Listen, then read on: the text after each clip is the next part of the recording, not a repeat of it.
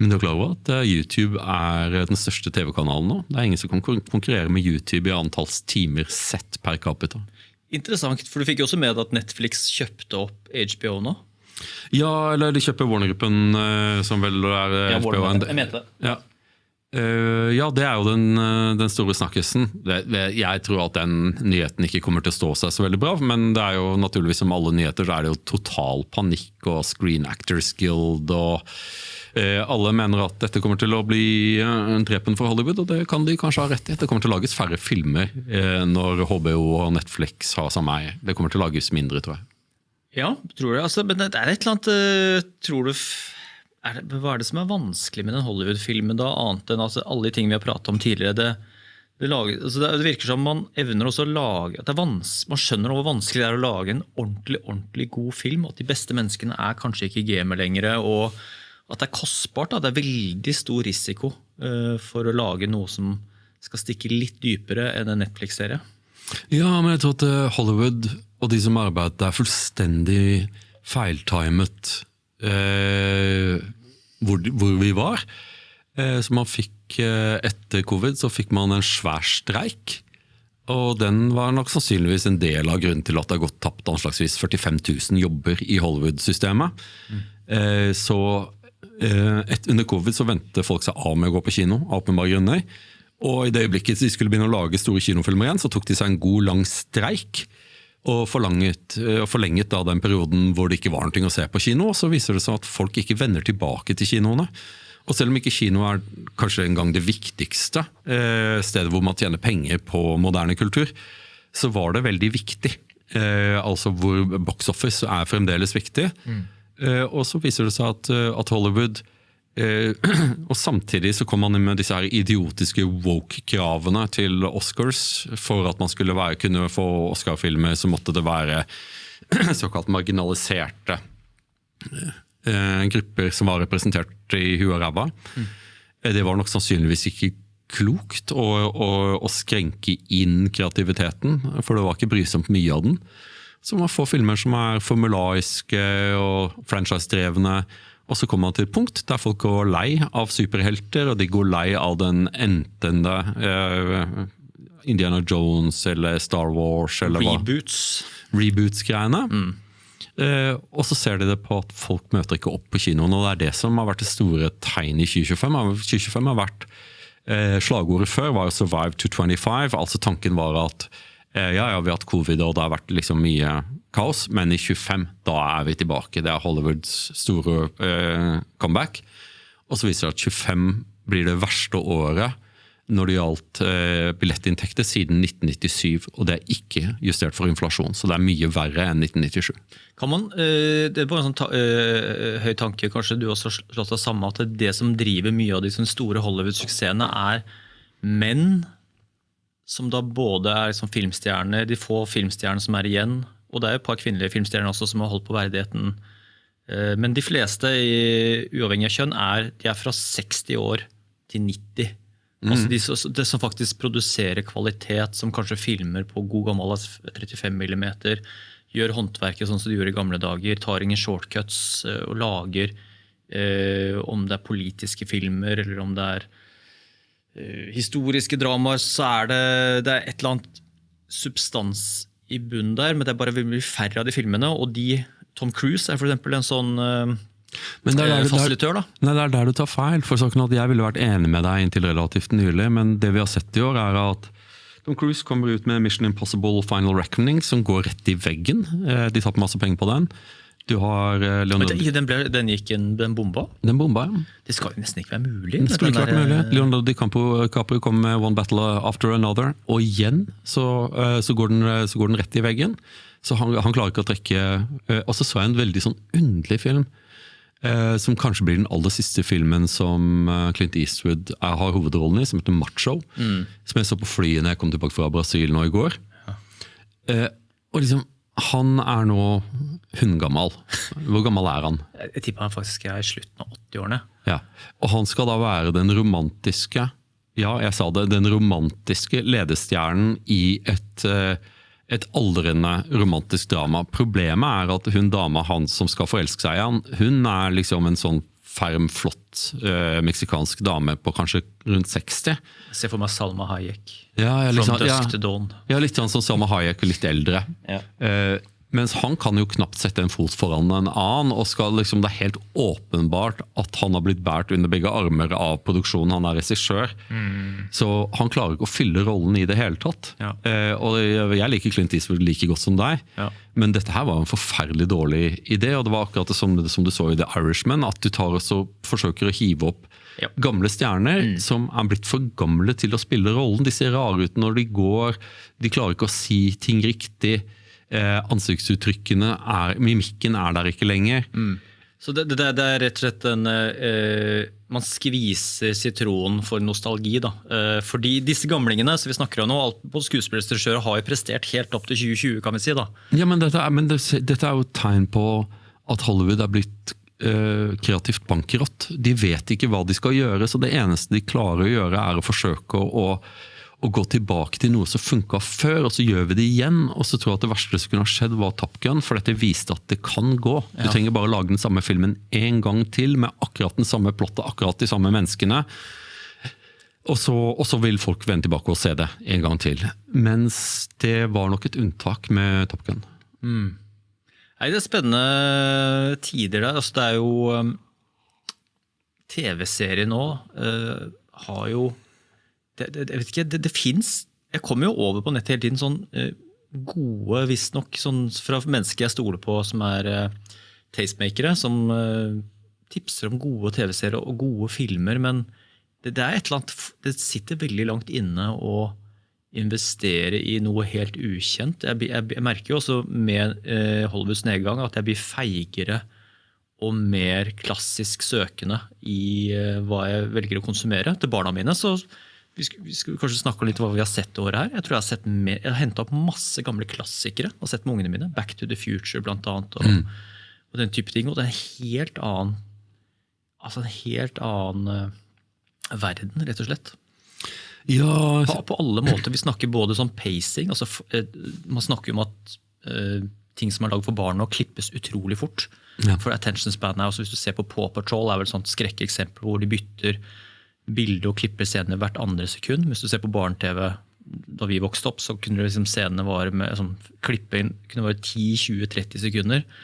Og nå og det filmes mye mer platt. Du kan gå på YouTube og se hvordan for eksempel Wicked og masse nye filmer nå ser helt nesten ut som en slags TV-serie. Alt er bare liksom litt dårlig kvalitet, alt er litt dårlig håndverk. Så det er et eller annet som har skjedd.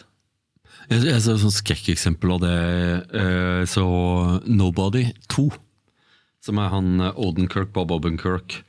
Better Call Saul-mannen. Ja, Better Call Saul-mannen. Ja. Som er egentlig en ganske sånn basic action-hevn-greie, om de visste ikke hvem de kødda med, og nå skal dere alle dø. John Wick-franchisen. Ja, ikke sant? Men også med sine egne moderne klisjeer, som at han tenner på $1 milliard som står på en pall, og så har du Sharon Stone i den verste rollefortolkningen noensinne. Jeg har ikke sett noen overspille så mye noensinne, og det funker jo ikke i det hele tatt, for hun skal være da bad guy, hun skal være den store stygge ulven. Hun gjør jo så godt hun kan gå ut fra. Så det skal liksom være en sånn her clean gæren psykopat-greie, som liksom skjærer strypen over på folk med ringen sin, og har ingen respekt for menneskelivet og sånne ting. Mens hun fremstår jo som mer i retning av psykotisk enn noe annet. Jeg lurer på hva hun hadde tatt før hun spilte en film, og hvorfor ingen sa ifra om at kan vi ta den scenen her igjen, og så forsøk å ikke være den du nettopp var.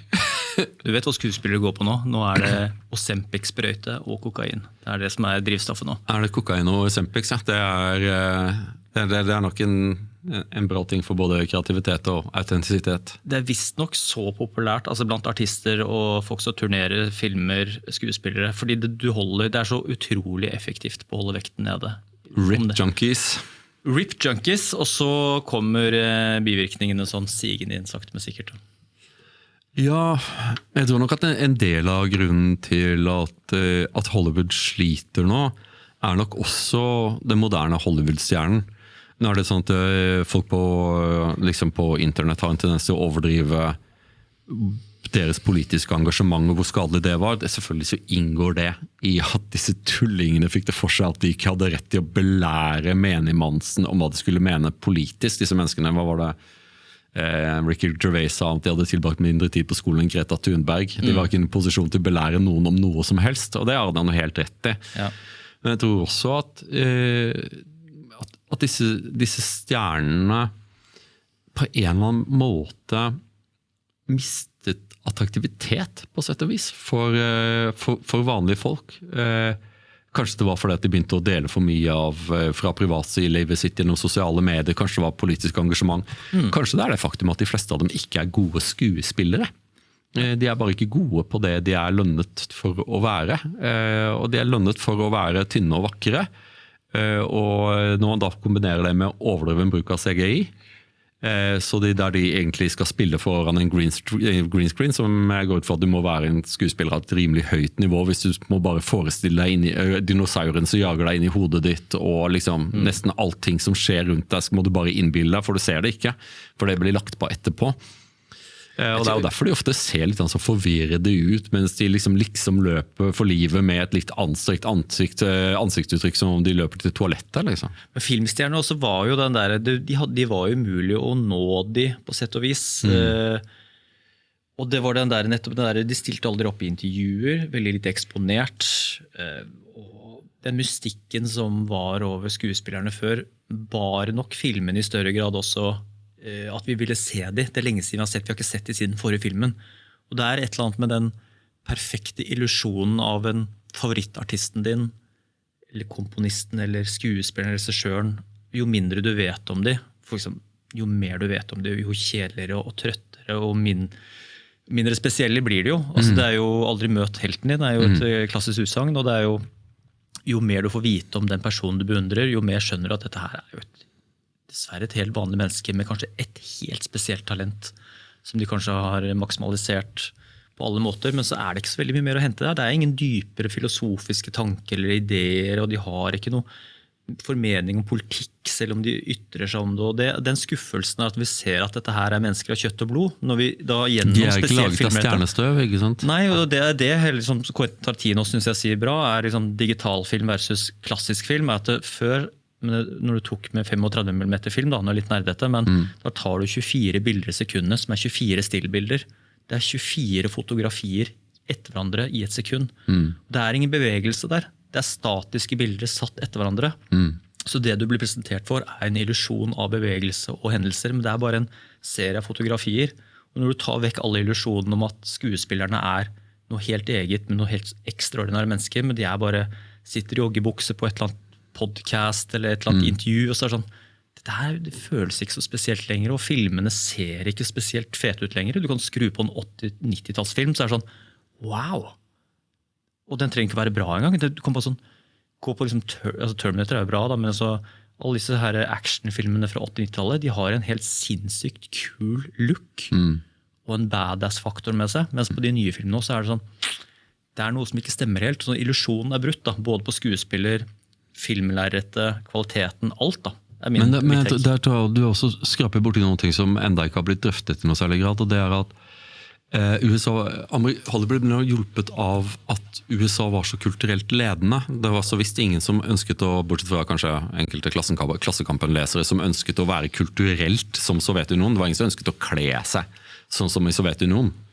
Alle ønsket Levis jeans og Mac-eren og mens USA har mistet mye av sin kulturelle attraktivitet. Jeg ser bare på mine kids. Det er Japan, det er anime, det er hele den kulturen der. Liksom, det appellerer som tusen. Til og med liksom, japanske olabukser er bedre, ikke sant? Mens allting som er fra USA, det er, litt, ja, det er normen. Du svømmer i det, hvor enn du er i verden. Mens det er ikke eksklusivt på noen som helst måte. Det er ikke vågalt eller pirrende.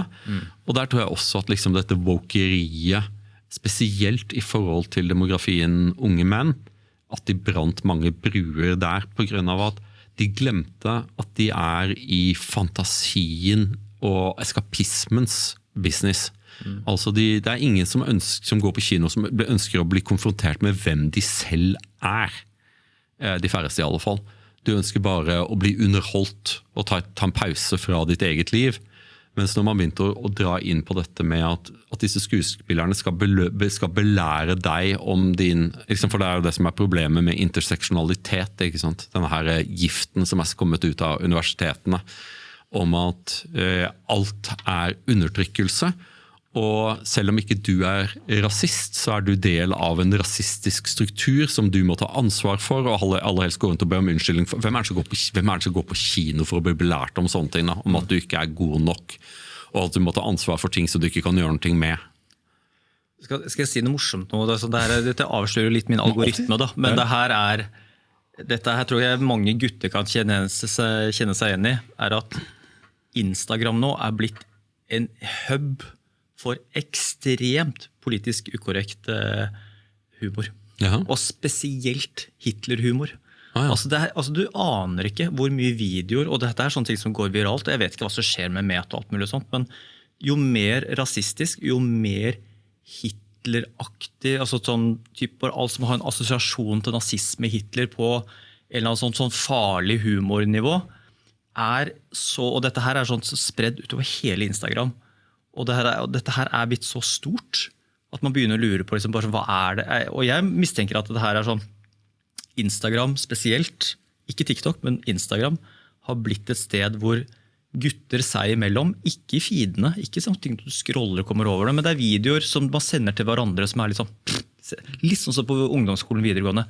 Dette her kan vi ikke vise noe, men dette jævlig morsomt. Og det sånn det den her klassiske humoren som du bare kan sende til kompisen din, og så kan du sitte og le av det, men hvis du hadde delt i feeden din, så hadde du mistet jobben din. Altså det alt sånn type shaming, rasisme, alt med nazisme, altså altså fæle ting, men som bare sånn der lettende, farlig humor som lukka i en chat, og den biten der sånn, det en eller annen slags ventilfunksjon med dette her, i og med at det blitt så utbredt. Ja, men det var helt rett, for det jo det som humoren alltid undergravende. Det på sett og vis Guds gave til menneskene i møte med umulige og undertrykkende systemer, fordi det å leve i grupper med sine regler vil alltid oppleves som undertrykkende på noen som på en eller annen måte, og jo mer sterke disse påtrykkene da, sånn som man fikk med woke, jo sterkere blir behovet for en sikkerhetsventil.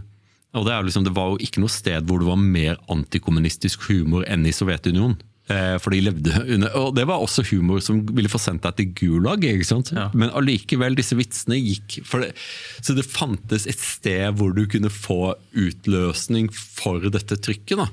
Og det overrasker meg ikke at man får, jeg ikke på Instagram, men at man får anti-woke humor, som korresponderer med hvor selvhøytidelig woke har blitt. Ja. En av de mest virale videoene som jeg har fått, og jo mer jeg har snakket om det, jo mer får man tilsendt, så nå jeg bare en sånn mottakssentral tydeligvis for Hitler-rasisme-memes, men det jo en som bare sånn, det en dame som går i en butikk i Tyskland, så prøver hun å åpne en automatisk sånn skap hvor det meieriprodukter da, på dagligvaren, så prøver hun å liksom sette hånden sin foran den sensoren, så den døren skal åpne seg automatisk. Det ikke før hun gjør en Hitler-hilsen med hånda si. Da åpner døra seg, og så har de sånn en Hitler-låt i bakgrunnen.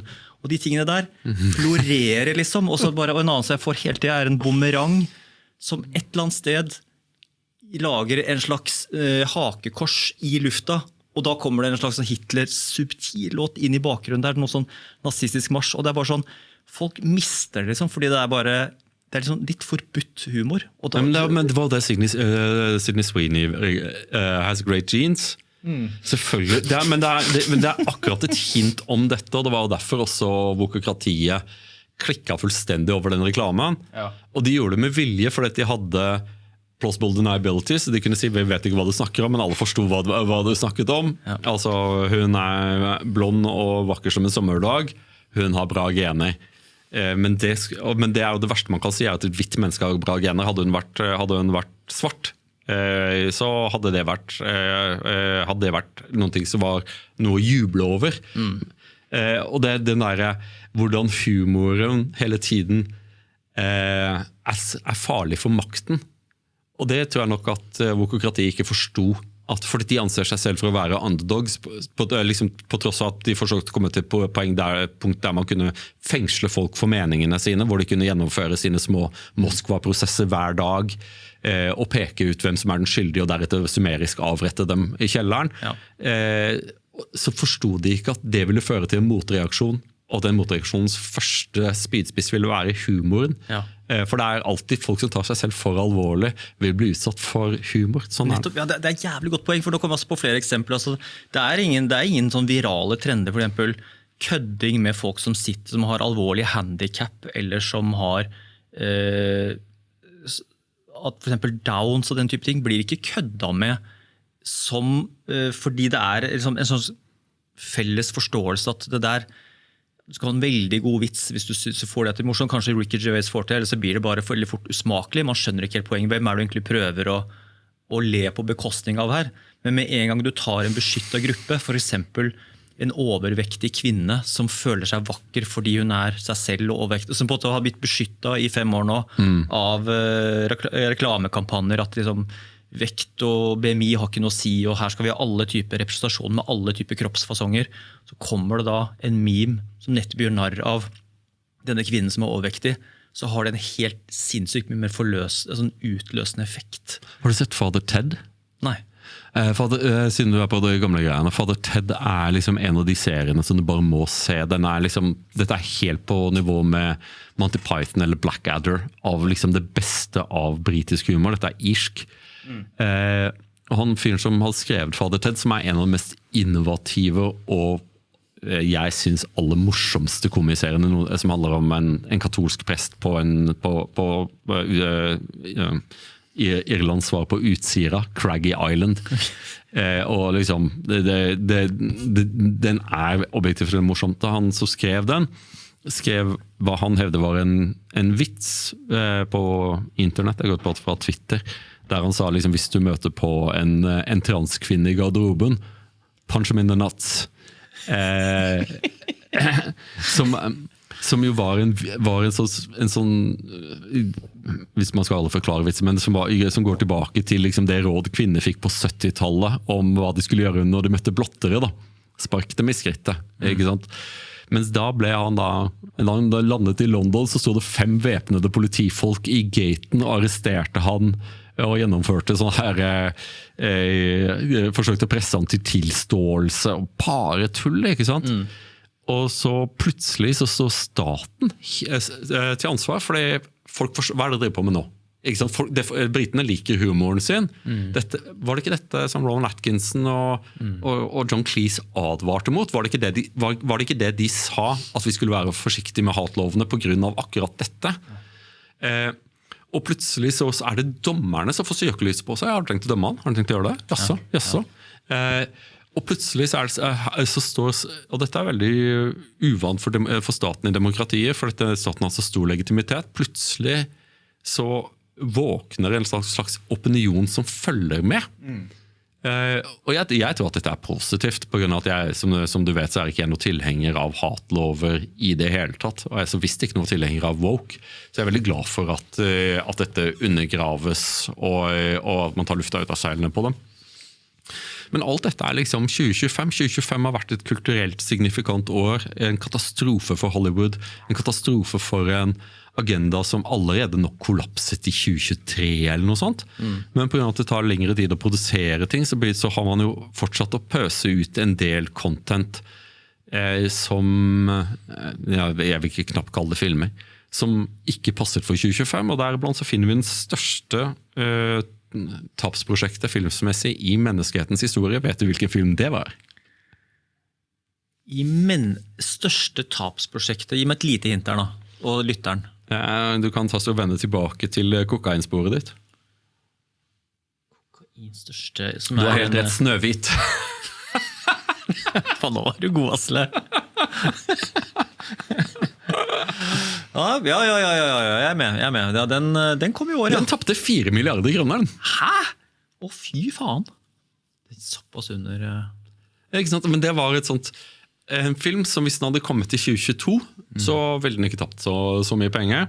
I 2022 så tror jeg at Rachel Ziegler, som hadde hovedrollen, ikke ville ha ødelagt karrieren sin på det. Hun ødela karrieren, hun kommer ikke tilbake. Hun ferdig. Hennes tid i rampelyset, det ble 15 minutter. Hun kommer, jeg tror ikke at vi kommer til å se henne komme tilbake som bærer av noe filmprosjekt. Hun kommer til å spille birolle resten av karrieren sin hvis noen vil ha henne med lenger. På grunn av at hennes politiske kommentarer, det at hun tok og først latterliggjorde den opprinnelige filmen som utdatert, deretter dro av gårde på en eller annen sånn feministisk, fiendtlig, hatefull rant av den typen som menn virkelig ikke liker. Der han latterliggjorde prinsen, og han var en stalker, og han kunne godt klippes ut av hele filmen.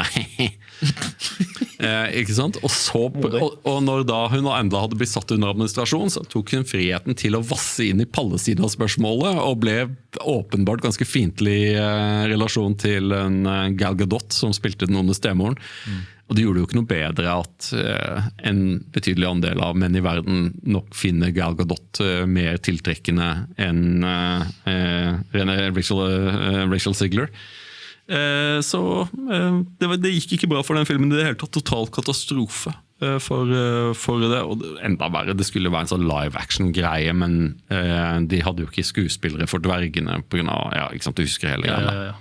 Men hva det med disse rebootene? For eksempel, man må huske på at det stort sett alt av, det jo et annet aspekt her, og at det jo de store klassikerne i bokform, altså romaner, altså det bakgrunnsmaterialet som Hollywood har hatt lene seg på nå i 40-50 år.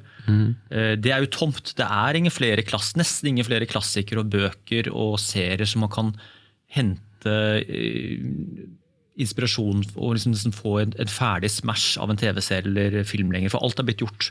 Så det jo, men alle disse adapsjonene som det heter,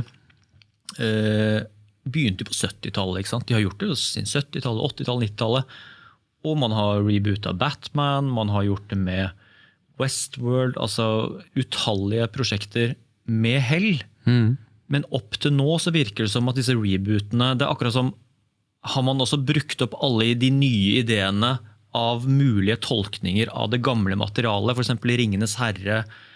Det ikke mulig å reboote ting av de gamle klassikerne med et moderne preg, for at vi har sett, det ikke noe nytt å hente der? Altså har vi slitt ut, rebooten brukt seg opp? Jeg tror at rebooten langt på vei brukt opp det, og jeg tror det på grunn av at da nyhetene kom at de hadde tenkt å lage en ny Highlander-film, en av de beste filmene noensinne, og Highlander oppfyller alle de tingene du sa om film på 80-tallet, fordi at det en sånn nerve i den filmen. Det en grunn til at gutter og menn i en hel generasjon siterte denne filmen There Can Only Be One til hverandre, i hvert fall nerder sånn som meg.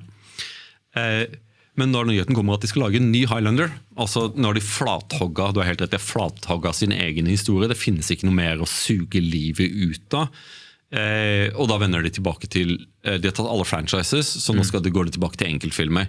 Big Trouble in Little China skal visst også lages om igjen, som for øvrig med Kurt Russell, Kurt Russell. En utrolig film. Men da nyheten kom at de skulle lage ny Highlander, så ble det jo mottatt med skrekk på internett. Skal dere ødelegge enda et av minnene mine? Ja. Så nei, det har ikke vært bra. Men så, jeg tror at vi også står i fare for å gjøre det vi ofte gjør nå for tiden, at vi trekker den konklusjonen som passer med våre egne fordommer, og at konklusjonen at go woke, go broke. Altså at Hollywood fucka opp på grunn av at de var for woke. Jeg ikke så sikker på det, på grunn av at jeg så en film som jeg synes at en fantastisk film. Har du sett The Last Duel av Ridley Scott? Nei. En fantastisk film, og hvilke skuespillerprestasjoner. Liksom. Du har Matt Damon som spiller en ridder. En av hans beste rollefortolkninger. Jeg synes det veldig tappert av han å spille en så usympatisk mann. Han spiller det fantastisk. Og der snakker vi ikke overspilling, alt sammen, dette nyanse. For at filmen laget slik, den handler om en historisk hendelse, den siste trial by combat, altså en holmgang mellom tro riddere, dette på 1300-tallet, der Gud skal avgjøre. Den som vinner har Gud valgt som vinner, og taperen kommer til å bli hengt opp etter beina i galgen og råtne. En ridder anklages for å ha voldtatt en annen ridders kone mens han var på felttog. Og så filmen stykkdelt i 3. Altså først så det fortellingen ifølge med ridderen som Matt Damon spiller. Og så nummer 2 så har du hva heter han? Det må vi nesten ta så lete opp. Hva heter han som han som spilte Kylo Ren? Som spilte hvem? Kylo Ren i Star Wars. Utrolig Jeg er jo ikke noe skuespiller. Star Wars-menneske, vet du. Han hadde jo fortjent en Oscar for den filmen. Men det kan han selvfølgelig ikke få, på grunn av at dette en middelalderfilm, så man kunne ikke ha representasjon av Adam Driver? Adam Driver, ja. Ja. Adam Driver kunne naturligvis ikke få Oscar for den filmen, på grunn av at filmen siden det utspiller seg i middelalderen i Frankrike, kunne man ikke stappe den full av minoriteter. Og det må du gjøre hvis du skal kunne få Oscar. Nå lyver jeg litt på at filmen ble laget i 22, og de kriteriene kom ikke før i 24, men filmen ble liksom ikke tatt noe særlig imot. Jeg vil bare fortsette å gnåle om hvor bra den filmen her liksom. Adam Driver, han har en relasjon med Ben Affleck, som skal være hans patron, hans ledestjerne, som helt fantastisk. Og han fyren som faktisk Ben Afflecks venn i virkelige livet, altså Matt Damon, de spiller med en kulde overfor hverandre som svært troverdig. Altså at lederen ikke har noe til overs for han skjuler det ikke.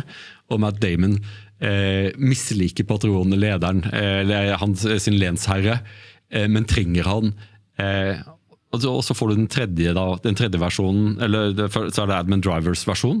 Alt sammen med nyanser. Dette svært, svært menneskelig. Det ingen spørsmål om hva som hendte. Hva som faktisk hendte, det vet vi.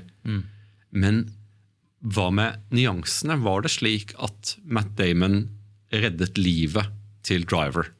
Eller var det kanskje sånn at Driver reddet livet til Matt Damon på grunn av hans egen stupiditet?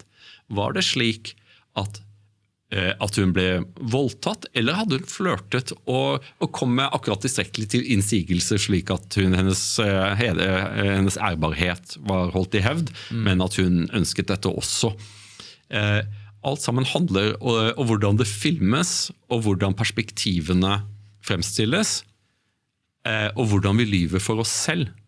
For det hvordan vi mennesker at selv innenfor et sted hvor man kan være enige om fakta, så det ansiktsuttrykk, hvordan man leser stemningen som varierer fra menneske til menneske, og så blir satt på spissen, og så til slutt så kommer da Jodie Comer, som spiller kjempebra hun også, hennes versjon av sannheten, og så avsluttes det hele med en heidundrende, ekstremt voldelig og svært historisk ridderkamp. Dette jo en historisk berømt duell, som jeg skal ikke si hvem som vinner den, men du har ingen anelse om hvem som kommer til å vinne, for de veldig godt matchet mot hverandre, og dette kamp til døden, med veldig høy utgangshastighet, og liksom, det ingen som har tenkt å ta noen fanger her, for en kommer til å ligge død igjen på merket her.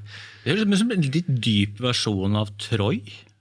Ja, men altså med den siste duellen, bare at Troy jo veldig slags ekstremt maskulin, krigsdrevet film. Altså vi har den gode liksom, krigshelten, den litt sånn tomme, harde mannen mot mannen, og et rettferdighetsoppgjør. Men det høres ut som denne spiller på kanskje enda mer sånn psykologisk plan. Det spiller på et mer psykologisk plan, men det også den liksom at Matt Damons ridder en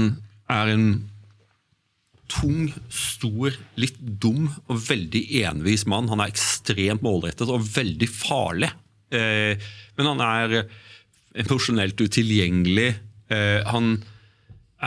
Han klarer ikke å lese situasjoner. Han driter seg ut hele tiden, men ekstremt æreskjær. Men I en voldelig tid han en voldelig mann og blir verdsatt for det. Mens Adam Driver en mye mer belest, svav type, som klarer å holde følelsene sine i sjakk, men ikke når det gjelder kvinner. Han voldtar damer. Dette middelalderen, og han aristokrat. Det ikke et problem før han gir seg løs på kona til en annen ridder, og plutselig så kommer det gamle lovverket i spill. Og han også en nevneverdig slåsskjempe. Men det jo først liksom, når det kommer, så får du se den dyriske siden av han også. Og det derfor jeg liker filmen, liksom, for at han mer sånn svav, liksom, en sånn mer Jens Stoltenberg-aktig type som kan snakke seg ut av det meste, men nå vi ferdig med å snakke, og plutselig så blir han også nødt til å hente fram liksom, villdyret som vil krafse ut øynene på deg, for det handler om liv og død. Det ingen annen alternativer her. Fantastisk film. Ja, og også historisk veldig bra. Liksom, et par innvendinger. Filmen litt for lang. Jeg synes de gjør for lite ut av de fantastiske franske middelalderslottene. For de det mange av. Jeg synes alle slottene ser ganske like ut. Jeg synes at Ridley Scott ikke gjorde det bra nok der. Men han gammel, altså. Han god, men han har vel mistet den der topp 10-edgen. Topp 5-edgen. Men der ser du hva erfarne skuespillere kan gjøre, og den som imponerte meg faktisk mest var Ben Affleck. Så spiller en fantastisk nyansert fransk prins, altså han fetteren til kongen, ekstremt mektig, og liksom litt overveldet over hvor mye byråkrati dette her samtidig som at han så visst har tenkt å nyte alle fordeler ved rollen sin, og jeg synes at Adam Driver liksom noen ting han godt kan like. Da. Men Adam Driver kan skrive, det kan ikke Matt Damon. Han må sette kryss der navnet han skulle stått, og heller bruke signetringen sin med seilet. Liksom. Mens Adam Driver liksom en mer han kan latin, han kan telle, han kan matematikk som nesten ingen kan.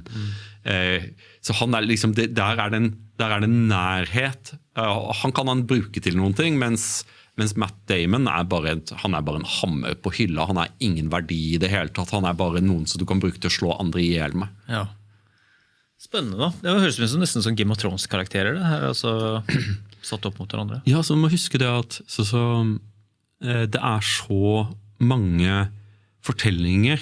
Så tenk om de skulle filmatisert Gunnlaug Ormstunges saga, for eksempel, som en av mine favorittsagaer, eller lage en film om den norske borgerkrigstiden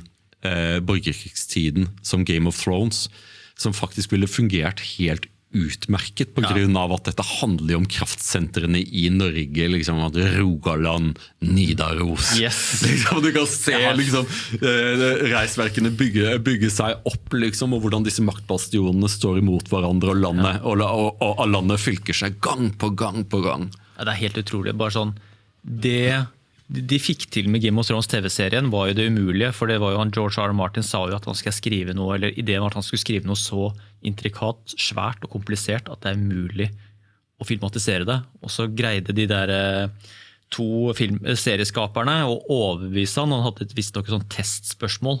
Hvem foreldrene til Jon Snow, hvis dere kan svare på det? Ut av det lille dere vet, så skal dere få lage serien. Og de greide det da. Visst nok da etter ryktene. Men så det jo Game of Thrones, hvis man husker, dette interessant, et annet ting jeg har fanget opp hvis du ser på de første sesongene med Game of Thrones og de første sesongene med Breaking Bad, utvilsomt kanskje de to beste seriene laget de siste 15 årene, så det opp til et visst tidspunkt det ikke så veldig store budsjetter, og det ikke veldig populære serier. Breaking Bad, husker jeg, det var sånn noe jeg hadde litt for meg selv de første årene det kom, til serien ble lagt på Netflix, sesong 4, så kan du se seertallene, og budsjettene øker tilsvarende med seertallene opp mot de sesongene, og får den her legendestatusen. Men det var veldig lave ratings på AMC. Det samme med Game of Thrones var liksom, du ser i starten, så det nesten, og det som jeg synes også var den beste delen av det, all den politikken, disse familiene, og all det her spillet fram og tilbake om troende og makt. Det ikke noe slag, det ikke noe blod, det en del blod, men det ikke noe store, kostbare scener, eller liksom, alt det kommer senere, med faktisk budsjettene da. Men det også så bare på, jeg fulgte Rodditik og så Blücher-filmen. Ja. som jeg også er helt enig i, den er bra. Og der ser du liksom at det går an å lage en film på lite budsjett. Nesten hele filmen er filmet innenfor ulike rom, og mennesker som snakker med hverandre. Og så tok de hele CGI-budsjettet der det hørte hjemme, altså i det øyeblikket en relativt stor granat treffer pagoden til Blücher. Og når et par sånne Whitehead-torpedoer tar og smeller inn i siden på den, så det har de brukt litt penger på. Men ellers så er det bare skuespillerprestasjoner. Igjen så hun dattera til Oberst Eriksen. Noen burde jo sagt ifra liksom at det du gjorde nå liksom, ikke gjør det. For det var liksom, hva heter det, anakronistisk? Det er fullstendig anakronistisk. Jeg tror at en datter i 1940 ville oppført seg sånn overfor sin far, Obersten. Og liksom det at hun forsøker. For meg virker det som at hun forsøker å gjøre rollen sin større. Da. Forsøker å stjele scenene ved sitt emosjonelle register. Ja. Du må kanskje ta høyde for at det var noen bokser hos NFI som ble tikket av med disse... Ja, du kan jo ikke ha en story uten sterke kvinner. Så. Representasjon heter det, Asle. Ja, Representasjon. Du har ikke levert noen søknad til NFI, du tydeligvis? Har du vært litt sånn dårlig på det? Har du gitt opp søknadsveldet, er det du sier? Jeg tror ikke at den type filmer som jeg ville skrevet ville ha blitt laget. Og vi skulle skrevet en film, det er spennende territoriet. Var det du, hvis du hadde hatt Aaron Sorkin-pennen? Hvis jeg skulle skrevet filmer, for det første så ville jeg ikke skrevet film for meg selv. Jeg ville skrevet filmer for... Norsk historie? Nei, jeg tror at jeg ville tatt så godt tilbake til... Liksom det som var liksom min oppvåkning med film, så er liksom de fantastiske eventyrfilmene fra 80-tallet. Om det er Star Wars, eller om det er Raiders of the Lost Ark, eller The Goonies. Back to the Future. Ja, Back to the Future. Noen ting som liksom appellerer til eventyrlyst og quest-historier. Det er nok det jeg ville søkt meg hen imot. Men saken er at når du ser hvor ofte godt materiale nå ødelegges av produsenter og mennesker som har ekspertise jeg ikke respekterer, bare se på hva de gjorde med The Witcher. Ikke sant? Der du har en ganske basic story som funker. I det øyeblikket du har kjøpt konseptet, at det finnes witchere i en slags europeisk middelalderkontekst, så har du det hele. Og så resten er bare tegneserier, det er bare quests. Men det var ikke godt nok for de som lagde den, så de gjorde det om til en interseksjonell feministisk fantasi, der det egentlig ikke var noe særlig plass til The Witcher, som var hovedpersonen. Hovedpersonen blir skjøvet tilbake i bakgrunnen for en eller annen sånn kvinnelig psykodrama, som blir mer og mer uttalt til han Caldwell forlater hovedrollen, og det gjorde også alle seerne til slutt også. Ja. Så til slutt så kan de interseksjonelle feministene sitte og kose seg, for de får sitte helt alene i kinosalen og se dette. Bortsett fra det var vel Netflix, var det ikke det? Ja, det var en TV-serie. Ja, det var vel, jeg tror, et spill, det var ganske svær franchise faktisk. Det var ganske stor fanskare. Men så må jeg tenke på at 2025 var også det året, for første gang i alle fall jeg kan huske, at en utenlandsk film trakk inn mest penger, ikke flest serier, men mest penger, og det var en eller annen kinesisk film, som var verdens største film i 2025. Wow. Og jeg tror at det kommer til å fortsette på grunn av at, ikke sant, i Asia så har man opparbeidet seg en enorm kanon, ikke minst innenfor manga, av kjempehistorie, ekspansive universer, som millioner av mennesker allerede er familiære med, for de har allerede lest manga-tegneseriene.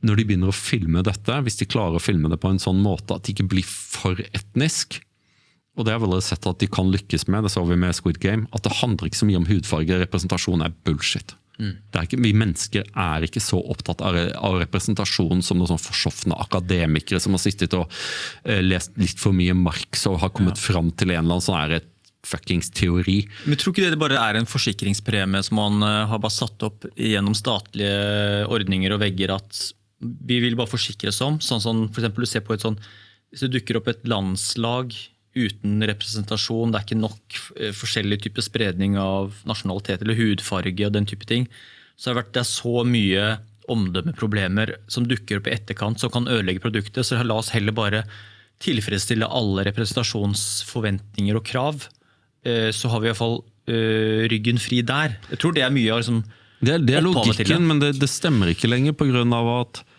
det er i hvert fall ikke for publikum. Det som har skjedd siden 2023 er at kanselleringskulturen har mistet kraft. Altså gang på gang så forsøker man å reise seg opp og forsøker å kansellere noen, og så lykkes man ikke. Det beste eksempelet er naturligvis Donald Trump, som ble forsøkt kansellert på alle mulige måter det går an å kansellere. Aftenposten forsøker fremdeles, men ser egentlig bare mest fårete ut.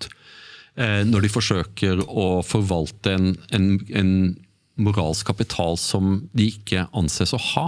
Så liksom det der med journalisten som samfunnets ypperste prest som skal si at det går ikke, men det går. Det går ikke. De snakker jo alltid vi har fått nok av. Men nobody fucking cares. Ingen bryr seg lenger om hva noen sånne forsofne journalister hos tanta måtte mene om kulturen. Det er det som er så at man ikke lærer, eller er det da, hvis du har Norge så er man jo veldig avhengig av disse støtteordningene og spille på lag med de moderne forventninger og representasjon og ting og tang skal være på plass, men det er jo ingen bevis i filmhistorien på at folk bryr seg noe annet enn nettopp det du sa, det her pure fortalte eventyret, som vi gjerne så på 70-, 80-, 90-tallet for å romantisere det litt da. Og dette er også satt på spissen. Dette er kanskje en filmserie som flere folk har har erindringer til og husker veldig godt, er jo Harry Potter-serien. Og dette her gjelder Star Wars, det gjelder alle mulige slags Hunger Games. Du kan ta hvilken som helst nesten sånn filmserie, stor franchise, hvor det gjerne er noe supernatural i bildet, Superman, Batman, superheltfilmer spesielt. Det er alltid kontinuitetsproblemer, logikkproblemer. Som for eksempel i Harry Potter så virker som disse her formlene og disse tryllestavene brukes akkurat når det trengs. Du kunne løst hele filmen, du kunne tatt Voldemort ut i første og andre film. Med Star Wars er det også nok av teorier på at du kunne løst hele greia på film 1. Og sånn er det Ringenes Herre, og de kunne løst dette her, fått en ørne til å fly den ringen til. Og det sånn, men det hele poenget her er jo at folk don't give a fuck. Og på en måte om denne boksen her står der i denne klippscenen, og på neste scene så står den der. Vi driter i det, og vi driter i representasjon, vi driter i alt. Så fort vi har kjøpt universet, vi har kjøpt historien og hvor det skal hen, og karakterene, så tilgir vi alt av sånne inkonsekvente, ikke-logiske brister, fordi vi er så investert i illusjonen og eventyr og fortellingen. Det er det som er liksom magien med det, og med en gang du begynner å rippe opp i dette, bare sånn, ja, men var ikke det feil person til feil tid, litt for høy, litt for lav, feil hudfarge, et eller annet sånt, her er det noe som ikke stemmer, og hvorfor er det så veldig viktig for dem å vise frem akkurat dette? Så river du ned den der reisen du har liksom invitert meg inn i da. Ja, altså, men jeg tror at det er også noe grunn til NRKs fall, for det er jo ikke bare Hollywood, det er også NRK som er inne, mens de var opptatt av å sette kryss i de riktige kolonnene for å ha nok representasjon blant, og naturligvis nok representasjon er jo sinnssyk overrepresentasjon av LGBT-grupperingen og av ulike hudfarger og sånne ting. Og så skrudde folk av. Ikke på grunn av at de ikke tålte å se LGBT-mennesker eller folk av ulike hudfarger, men på grunn av at fokuset var ikke på rett sted. De sluttet å lage ting som folk ønsket å se. Og det er jo problemet til Hollywood også. Det ble de konfrontert med i 2025. Dette var det store hva er det motsatte av en blockbuster? Men i alle fall det var mange av det motsatte av blockbuster. Så den største av dem alle sammen var Tron Ares. Så du den? Tron Ares? Ja. Altså Tron-serien, ja. For den floppa? Ja, de tappte 1,5 milliard kroner. Det er Disney? Det var en Disney. Lagde Daft Punk musikk den gangen her? Var det en norsk regissør som skulle lage den? Dette har jeg lest om. Jeg må jo bare fortsette å prate, så skal jeg grave opp her. Så jeg var litt redd for at du skulle be meg om plottet, for at jeg så den på en flytur, og jeg husker ingenting av den, bortsett fra at det var en motorsykkel og noe. Ja, det var noen monstre og noe greier. Totalt forglemmelig. Ja, det er jo Joakim Rønning, mannen bak Max Manus, Kon-Tiki, som har laget Trond Ares. Ja, det var synd for han, for da kommer han sannsynligvis ikke til å lage noen mer filmer, på at den filmen funket jo ikke i det hele tatt. Så en anmeldelse så sa «This movie will leave you brain-dead and colorblind». For det er bare for mye, for mye CGI, det er nesten som å se på et strobolys og se den filmen. Det er bare enorme sanseinntrykk hele tiden. Så det virker som at de bare skrudde den opp til 11, se på de fine fargene og ikke bry deg for mye om storyen som jeg ikke klarer å huske for livet mitt. Jeg synes den hadde en kul åpningsscene, og så etter hvert så jeg husker ikke noen ting av det. Det var bare en film som ikke gjorde inntrykk i det hele tatt. Tror du lærdommen liksom, av disse siste 10 årene, alle franchisene som har gått dukken nå, hvor man prøver og tar egentlig for gitt at det bare spriter opp en Disney-klassiker med ny animasjon eller ekte mennesker, så det at rammeverket så sterkt at her kan vi bare cashe inn. Jurassic World har tjent så mye penger at kanskje man tenker at folk ikke så interessert i kvaliteten. De drar ut så mye penger at det funker uansett, men nå ser man jo på at Tron jo, så vidt jeg har skjønt, jeg kan ingenting om det universet her, men det jo et enormt svært historieunivers med enormt mange fans, som da ikke har dette her ble aldri deres Dune, og dette ble ikke deres Batman, og det med som den beste Batman-filmene som man kan diskutere, så det jo gjerne det at regissøren som kommer inn i disse store fortellingene, franchisene eller klassikerne, så har de ofte vokst opp med bøkene, serien. De har liksom levd og ånda og ventet på sin tur. Christopher Nolan, Denis Villeneuve med Dune, ikke sant? De kan alt, og Peter Jackson, ikke sant? De kan og ånder dette universet fra dag 1 og har en helt annen tilnærming og eierskap til det, og lager det ikke for enhver pris, med mindre de får lage det de vil lage selv. Som jo gjør det veldig interessant med Christopher Nolan og James Bond, ikke sant? Man vil tro at han har vokst opp med James Bond-filmer, garantert.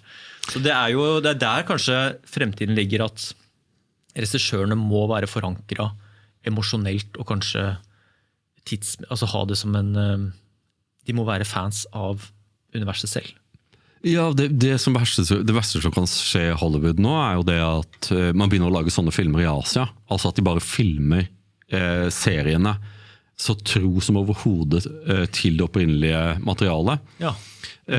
Så tror jeg at Hollywood vil være et kjempeproblem. Men sånn som det du nå ser, jeg mener at det litt sånn parallelt til hva du så med den amerikanske bilindustrien, ikke sant? At amerikanerne sluttet å lage bra biler på et eller annet tidspunkt, på grunn av at de hadde sånn sterk markedsdominans at den driten vi lager kommer folk til å kjøpe. Og så tjente de masse penger, og det fikk dem til å konkludere at vi best i verden. Og så da hadde de begynt å få hint om at kanskje liksom dårlige, lite drivstoffvennlige SUV-er ikke liksom frelsen, så dro de på kjøpefest og begynte å kjøpe opp alle mulige bedritne bilmerker fra Opel til Morris til Saab og Volvo. Så de bare kjøpte alt mulig, og andre merkevarer som de ikke klarte å forvalte på noen bra måte i det hele tatt. Til de da måtte dra med lua i hånda og tigge om redningspakker fordi de var i ferd med å gå konkurs. Og jeg tror at det som skjer i ferd med å skje med Hollywood, denne konsolideringen vi ser nå, der Netflix kjøper HBO, ikke et tegn på styrke. Jeg tror at de står litt i samme sted som den amerikanske bilindustrien, der de kommer til å kjøpe opp franchises som de ikke vet hva de skal gjøre med. Ja. Og det så du på for eksempel når Disney kjøper Star Wars-universet, med Indiana Jones og sånn, så har de ikke noen god idé for hvordan de skal forvalte den merkevaren, og de klarer å gjøre ting som har vært pengetrykkingsmaskiner, som også Saab og Volvo og Opel i sin tid var, og gjør dem til store tapsprosjekter. Og Pixar kan vi si, altså, sånn, det jo brorparten av de beste Pixar-filmene kom vel før eller i begynnelsen av Disney-oppkjøpet. Ja, vil jeg påstå. Men i 2025 så kom spikernes kista for Star Wars-universet, The Acolyte, som var et forsøk på og det vel en prequel på sett og vis, der man forsøker å ta tak i en del av universet, kanskje den mest populære delen av universet, altså Sith-jediene kontra jediene. Det har alltid vært en interessant spenning på grunn av at de frykter hverandre. Og det liksom, det lyset mot mørket. som da blir utsatt for en studie av interseksjonalitet. Du har måttet ganske mange år på universitetet for i det hele forstå hva de forsøker å få til der. Det er veldig clever. Og gjort det til the gayest Star Wars ever. Med den intenst vanskelig å like Amandla Stenberg. Ikke Amanda, Amandla. Dansken. Som oppdaget at det var mer å hente på å være svart enn hvit, så hun hevdet at hun var svart, hun har en dansk far, som kaller seg selv interseksjonell feminist og lesbisk, kommenterte ivrig, mens mot de hatefulle og gjorde da Star Wars-fansene til den store fienden, for nesten allting som har å gjøre med riddere og heroisme og space, der vil sannsynligvis en hovedvekt av publikum være menn. Mens det var Amandla synes at menn ikke var noe særlig i det hele tatt. Og filmen var det var vel første gang på ganske lenge at noen ting faktisk ble kansellert. Vanligvis er det sånn at vi skal se nøye på mulighetene fremover. Vi er i planleggingsfasen. Mens nå, denne gang bare så etter siste episode så var 5 dager senere så bare, nei, dette kommer vi ikke til å gjøre igjen. Allerede da var det klart at vi har tapt for mye penger. Tenk deg hvor mange bølger det har vært av denne produsentens mareritt som du skisserer her nå. Det militante feministen er jo nå, hvis den militante feministen dukker opp på sett og begynner å intervjuer og uttale seg, så må produsentene se bare sånn, å fy faen, penger, det her kommer til å gå til helvete. Det samme med, hvis vi hopper 10 år før det, eller 5 år, hva det blir, MeToo-bølgen, ikke sant? Hvis en av skuespillerne har en eller annen sånn grums i sine arbeidsforhold eller lederforhold, da krasjer det, og jeg vet ikke hva som var de store produsentenes mareritt før det, om det var narkotika eller den type ting, men det har alltid vært, det virker som sånn, det går perioder hvor det er visse type skuespillere, segmenter som potensielt kan ødelegge hele det her enorme samspillet av å lage, hvor komplisert det er å lage en film, da. Hvor mye som kan gå gærent, og så kommer liksom da main-leaden din og fucker opp med å være militant feminist når liksom du er midt i innspillingen. Ja, men så Acolyte ble også den perfekte storm i så måte, på grunn av at produsent for den heter Leslie Headland, eller Leslie Hedland, som var personlig assistent for en viss Weinstein. Harvey Weinstein. I saw nothing. Nei, ikke sant? Som hadde voldtatt kvinner eller favorisert kvinner som var villige til å ligge med han, var vel egentlig mer tilfelle. Og ble dømt for det, mens hun klarte da å klatre opp på lesbekrakken for å gjøre seg uangripelig. Og det ble man liksom enig med seg selv i Hollywood om at hun var nå lesbisk, eller hun har sikkert vært lesbisk hele tiden, who cares? Men i alle fall så skulle hun da ikke konfronteres ved at hun hadde vært personlig assistent for en seksualforbryter. Mens det hadde jo ikke internett glemt i det hele tatt. Så hun ble jo da utsatt for, når du ser på Nerdrotic eller Critical Drinker eller noe sånt, så nevner de aldri hennes navn uten å si former personal assistant to Harvey Weinstein. Så det liksom pushet på det hele tiden. Mens hun hadde et sånt øyeblikk av selvrefleksjon, så jeg synes det var ganske imponerende, for da hun snakket om hvordan hennes første og sannsynligvis siste store prosjekt hadde gått, så påpekte hun at kommentarene om The Acolyte var sannsynligvis kulturelt viktigere enn showet selv. Og det er noe vi ser nå, at kommentariatet på YouTube har blitt så kulturelt signifikante. Og deres memes, deres takes har langt større ringvirkninger enn filmen selv. Også hva de velger å klippe ut av filmen er ofte det eneste som sitter igjen, om det er en tåpelig scene eller et ansiktsuttrykk. Så den kulturelle definisjonsmakten har forlatt mainstream-mediene, har forlatt Hollywood, og tilbake så sitter sånne stakkarer og forsøker å slå på tromma, forstår ikke hvorfor ikke folk klikker med helene når de truer med å kansellere, eller ikke sant, den mest dovne formen for journalistikk som den en gang seriøse avisen Aftenposten står for. Hun har blitt kalt også et eller annet helt forferdelig, liksom den styggeste jævla rottekvinnen dette er liksom det hun har blitt kalt. De forteller ikke hvem som har sagt det, for dette er bare journalistens fordommer. Dette er hva journalisten egentlig mener. Nå kommer hun med ny film, ikke sant? Som er også, og liksom dette... Å skrive sånne saker kan ikke ta lang tid, for det er egentlig bare at journalisten selv grafser i sitt eget grums av fordommer og spyr det ut. Og det kaller de da kommentarvirksomhet, og så er de overrasket over at de ikke får et brøl tilbake fra folkedypet om at noen må rives i filler og kanselleres på deres bud. De har blitt irrelevante som norske biskoper, liksom. De må jo bare mene, men ingen som bryr seg. Ja, det var ganske... Det må være fælt. Ja, det var fælt. Og så er det veldig interessant, det burde du og jeg, hvis du sier opp i Nobelkomiteen, og jeg legger ned podcasten, så foreslår at du og jeg blir litt sånn nerdrotic og critical drinker. Vi går bare som filmanmeldere fulltid. Det virker i alle fall så at det går rundt for de gutta. Liksom, jeg ser til og med på Friday Night Tights og sånn. Hva er det for noe? Friday Night Tights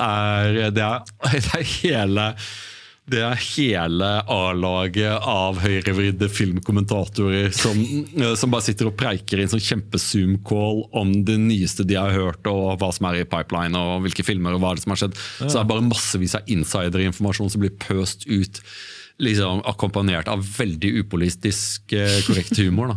Men de jobber i filmbransjen og har liksom litt insights? Nei, jeg tror ikke det i det hele tatt. Det bare kontakter i filmbransjen. Jeg tror også at det er ganske mange whistleblowers som gir dem informasjon nå, på grunn av at når krybben er tom, så bites hestene.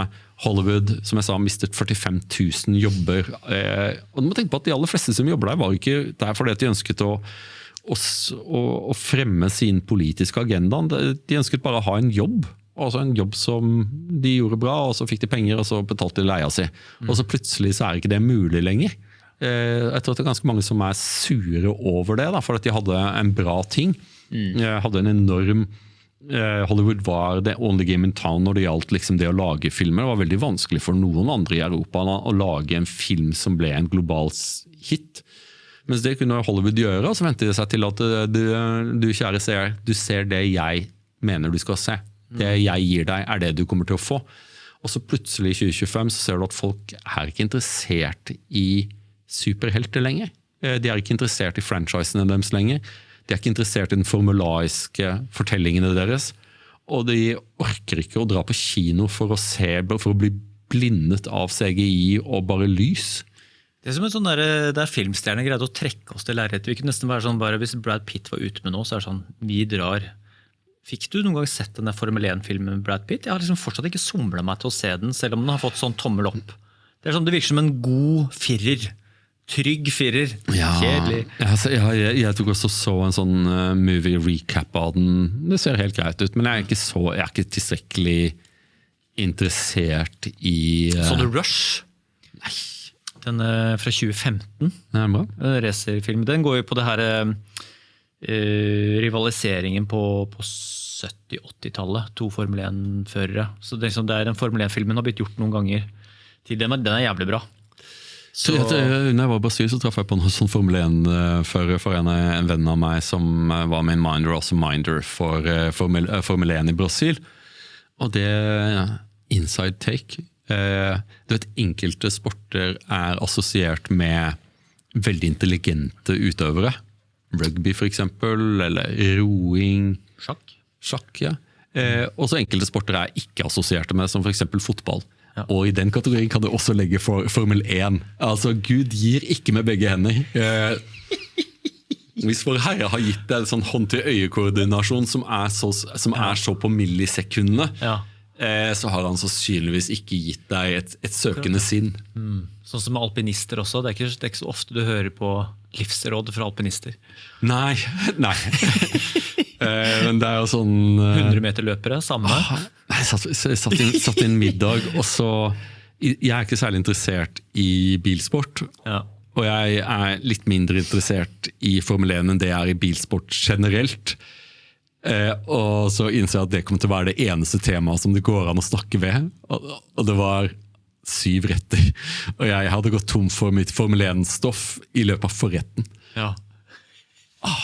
Det ble en lang middag, ass. Og da har du ikke Premier League å lene deg på heller. Jeg vet ikke om folk er opptatt av Premier League fortsatt. Det er kanskje den siste store sportsmerkevaren. Nei, disse gutta var brasilianere, ikke sant, og jeg vet jo ikke hvordan Corinthians, hvordan det har gått med dem i det siste, liksom. Nei. Og jeg har ikke den der norske ML-greia om at i Brasil, utenfor Velland, kommer livsgleden, samba, drit i det greiene der, at de spiller fotball. Så jeg har ikke noe sånn her kjempefascinasjon for brasiliansk fotball, ikke engelsk fotball. Ja, men jeg har alltid vært søkker for brasilianerne, men jeg har jo aldri vært i Sør-Amerika, men jeg har jo mer lyst til å dra til Argentina og Buenos Aires enn jeg har lyst til å dra til Brasil. Det er selvfølgelig, men du skal dra dit med meg. Det skal vi. Stemmer det. Vi skal, når drar vi? Ja, det må være på et eller annet tidspunkt hvor jeg ikke jobber så mye som det jeg gjør nå, liksom, for det var en skam å være i Brasil og så ingenting i det hele tatt, så ingen... Hvorfor jobber du så mye? Hva er det du jobber med, Asle? Du er så jævlig til å holde kortene tett i brystet. Ja. Hva er det du jobber med? Hva er det du jobber med på disse turene dine? Jeg lever i en verden full av non-disclosure agreements, jeg kan ikke si noen ting. Det er liksom sånn, der jeg jobber, så er det man skal signere kontrakter på at man ikke skal si noen ting om noen ting. Det kan vi respektere, men gi oss en film som ligner litt på noe du gjør når du da ikke jobber innenlands. Dette er jo det... Det eneste jeg kan si er at jeg løser spesifikke problemer for spesifikke klienter. Oi! Det står enda bedre på engelsk. I solve problems for specific clients. Ja, nei, det høres ut som at man er leiemorder eller noe sånt, men det er ikke det hele tatt. Jeg har min kompetanse, som... Det er noe Tenet over det der, synes jeg. Noe litt sånn der protagonisten... Husker du Tenet? Har du sett den? Du har ikke sett den? Det er Christopher Nolan-filmen. Det er jo den beste moderne James Bond-filmen lagd, er jo Tenet, ikke sant? Det er Christopher Nolan sin fuck you til hele liksom... hvor distansert James Bond... Jeg synes de siste James Bond-filmene er skikkelig dårlig. Sånn, det blir for... Du vet den følelsen av at når du ser en biljaktscene, eller en skytescene, eller en sånn chase-jakt-type ting, så er det sånn, du får lyst til å bare spole 3 minutter fram for sånn, ja, ok, jeg skjønner det er en duell nå, protagonisten kommer ikke til å dø, hun fine dama kommer ikke til å dø, og skurken kommer ikke til å dø. Så la oss bare hoppe 3 minutter fram i tid, for det er en bilscene, jeg vet. Mens Tenet var på sånn, den var så intrikat, komplisert at jeg er fortsatt forelsket i den filmen, men folk synes det er den dårligste Christopher Nolan-filmen, da, det skal sies. Ja, men da er i hvert fall noen ting som jeg kan ta, og som jeg kan se, for jeg er ærlig med at jeg ser ikke så mye film lenger. Jeg ser veldig lite lineær-TV.